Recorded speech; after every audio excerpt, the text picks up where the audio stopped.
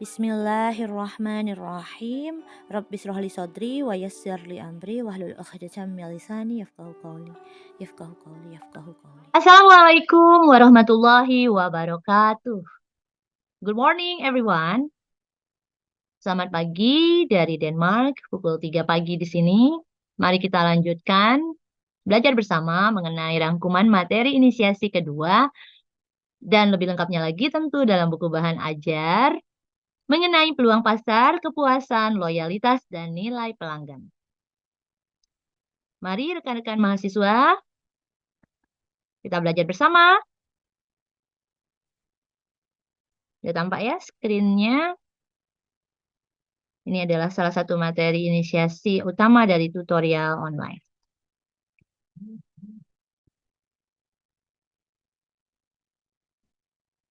Baiklah, mengenai pokok bahasannya, peluang pasar, kemudian yang kedua kepuasan, loyalitas pelanggan, dan nilai pelanggan.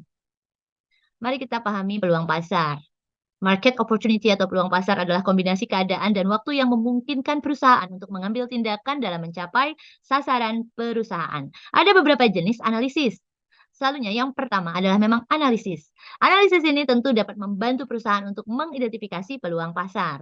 Di antaranya adalah melalui segmentasi konsumen, keputusan pembelian, pesaing langsung dan tidak langsung, kemudian analisis produk dan layanan pelengkap, analisis industri, analisis pasar luar negeri, dan analisis lingkungan. Daya tarik pasar. 1. Bagaimana tingkat kemenarikan sebuah pasar yang sedang kita layani atau yang direncanakan untuk dilayani. 2. Bagaimana tingkat kemenarikan industri di mana perusahaan akan bersaing. 3. Apakah sumber daya yang tersedia dalam bentuk sumber daya manusia atau SDM dan berbagai keterampilan serta keahliannya dapat secara efektif digunakan untuk meraih peluang yang ada di pasar maupun peluang yang sudah berada di tangan. Selanjutnya tentu kita bisa mengetahui perbedaan pasar dan industri. Pasar merupakan himpunan individu dan organisasi yang tertarik dan berada di dalamnya, serta ingin membeli produk dan jasa agar memperoleh manfaat yang akan memenuhi kebutuhan tertentu. Atau mereka yang ingin dan mempunyai sumber daya untuk berperan serta dalam sebuah transaksi. Industri merupakan kelompok perusahaan yang menawarkan produk atau kelas produk yang mirip dan merupakan produk pengganti satu sama lain. Jadi pasar terdiri dari pembeli, sedangkan industri terdiri dari para penjual. Perbedaan di antara keduanya menjadi penting karena baik pasar maupun industri berbeda-beda dilihat dari kemenarikannya. Kedepannya kita akan lebih memahami lagi jenis-jenis pasar dan juga jenis-jenis industri. Lingkungan makro. 1. Demografik, 2. Sosiokultural, 3. Ekonomi, 4. Teknologikal, 5. Lingkungan teregulasi. Sumber daya perusahaan terdiri dari kekuatan finansial, keluasan, dan kemampuan produksi, serta kekuatan pemasaran. Mengenai pesaing atau kompetitor dan lingkungan kompetitif, 1. Pilih peluang yang menghindari persaingan langsung, 2. Lingkungan bebas persaingan jarang ada, yang ketiga, persaingan monopolistik bersifat berbeda dan menantang. Kita perlu ingat. Yang keempat, lakukan analisis pesaing untuk menemukan keunggulan kompetitif. Kemudian yang kelima, antisipasi persaingan yang muncul. Yang keenam, amati terjadinya competitive barrier. Competitive barrier itu maksudnya adalah hambatan kompetitif, yaitu merupakan faktor atau kondisi yang membuat sulit bagi perusahaan baru untuk memasuki pasar tertentu dan bersaing dengan perusahaan yang sudah ada. Ya, jadi bisa kita bayangkan misalnya hambatan kompetitif itu jenis ekonomi skala. Jadi perusahaan besar bisa memproduksi dengan biaya per unit yang lebih rendah, misalnya dibandingkan dengan pesaing atau kompetitor yang merupakan perusahaan kecil.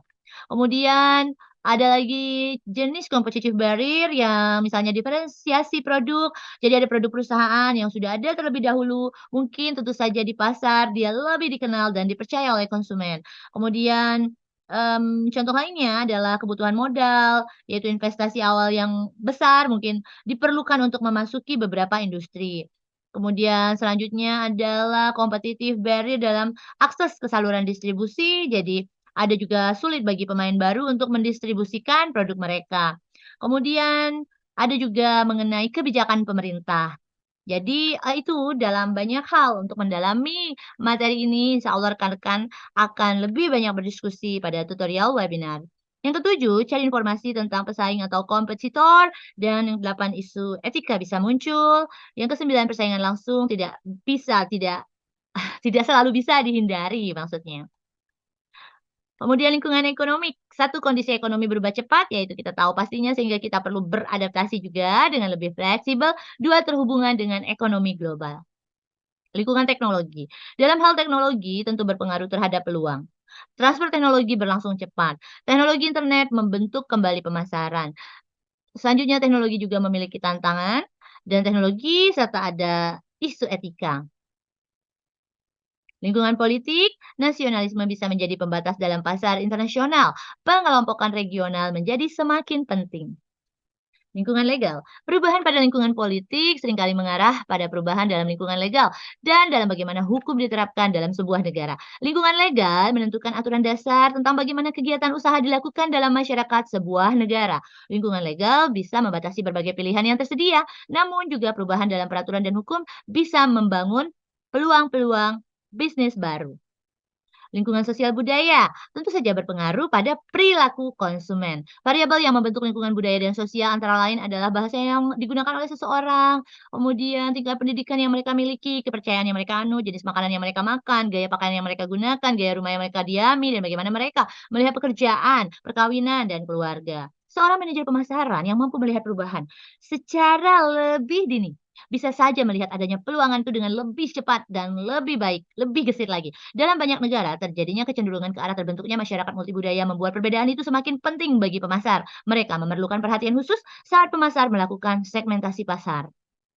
Kriteria penentuan strategi. Satu, menyusun dan menggunakan kriteria penyaringan peluang-peluang yang ada. Dua, perencanaan harus dievaluasi secara keseluruhan. Tiga, pendekatan laba total dalam membantu mengevaluasi perencanaan yang mungkin. Kemudian yang keempat, ROI dapat digunakan untuk melakukan evaluasi. Lima, strategic business unit. Enam, beberapa perusahaan menggunakan manajemen portofolio. Evaluasi peluang pasar global, yaitu melakukan evaluasi peluang dalam pasar internasional tentu saja lebih sulit dibandingkan dengan pasar domestik. Kesulitan utama terletak pada bagaimana memahami berbagai variabel lingkungan pemasaran. Kemudian beberapa negara kondisi politiknya tidak stabil, pemerintahannya selalu berganti, dan konstitusinya sering berubah sehingga menyulitkan pemasar untuk menyusun strategi pemasaran. Kemudian yang perlu diingat juga terdapat risiko yang berbeda pada kepekaan lingkungan yang berbeda. Jika berbagai peluang dalam pasar internasional sulit untuk dinilai, maka perlu dilihat dahulu berbagai peluang yang muncul dalam kegiatan ekspor. Sekarang mengenai kepuasan, loyalitas, dan nilai pelanggan. Nilai yang dirasakan oleh pelanggan, Customer Perceived Value atau CPV adalah perbedaan antara evaluasi pelanggan atas semua manfaat yang diperoleh dan semua biaya yang telah dikeluarkan dengan persepsi manfaat yang ditawarkan oleh produk atau jasa alternatif. Tahapan analisis nilai pelanggan. Satu, mengidentifikasi berbagai atribut pokok dan manfaat yang dinilai oleh pelanggan. Dua, memeriksa dan menilai kepentingan kuantitatif dari setiap atribut dan manfaat yang berbeda. Tiga, memeriksa dan menilai kinerja perusahaan dan kinerja para pesaingnya pada nilai pelanggan yang berbeda dibandingkan terhadap penilaian kepentingan yang telah mereka buat. Empat, memeriksa bagaimana pelanggan dalam sebuah segmen tertentu menilai kinerja perusahaan dibanding pesaing utama tertentu pada basis atribut individual dan manfaat. Lima, memantau nilai pelanggan sepanjang waktu. Menyerahkan nilai pelanggan yang tinggi. Konsumen mempunyai derajat loyalitas yang bervariasi. Kemudian perusahaan memberikan proposisi nilai atau value proposition pada para pelanggannya. Kemudian value delivery system adalah semua pengalaman yang akan diperoleh pelanggan pada saat mereka memperoleh dan menggunakan penawaran perusahaan. Inti dari sebuah sistem penyerahan nilai adalah sebuah himpunan dari proses bisnis inti yang dapat membantu menyerahkan nilai pelanggan yang berbeda. Kepuasan pelanggan total, kepuasan adalah tingkat perasaan seseorang sebagai hasil dari perbandingan antara kinerja produk yang dirasakan konsumen dengan harapan mereka atas kinerja produk tersebut. Jika pelanggan merasa ekspektasinya tidak terpenuhi, maka pelanggan tadi merasa tidak puas. Jika kinerja produk sesuai dengan ekspektasinya, maka dikatakan pelanggan tersebut merasa puas. Jika kinerja produk jauh lebih baik dari ekspektasi pelanggan, maka ia disebut sangat puas. Penilaian pelanggan atas kinerja produk bergantung pada banyak hal, khususnya jenis hubungan loyalitas yang dimiliki pelanggan dengan merek produk. Pelanggan bisa saja membentuk persepsi yang lebih disukai atas sebuah produk yang memiliki merek yang sudah dirasakan positif oleh pelanggan, dibanding produk dengan merek yang belum dikenal pelanggan. Untuk memantau kepuasan, satu teknik mengukur kepuasan itu ada banyak ragam halnya, nanti bisa diimplementasikan juga dengan tugas-tugas selanjutnya. Yang kedua, pengaruh kepuasan pelanggan, yang ketiga adalah komplain pelanggan.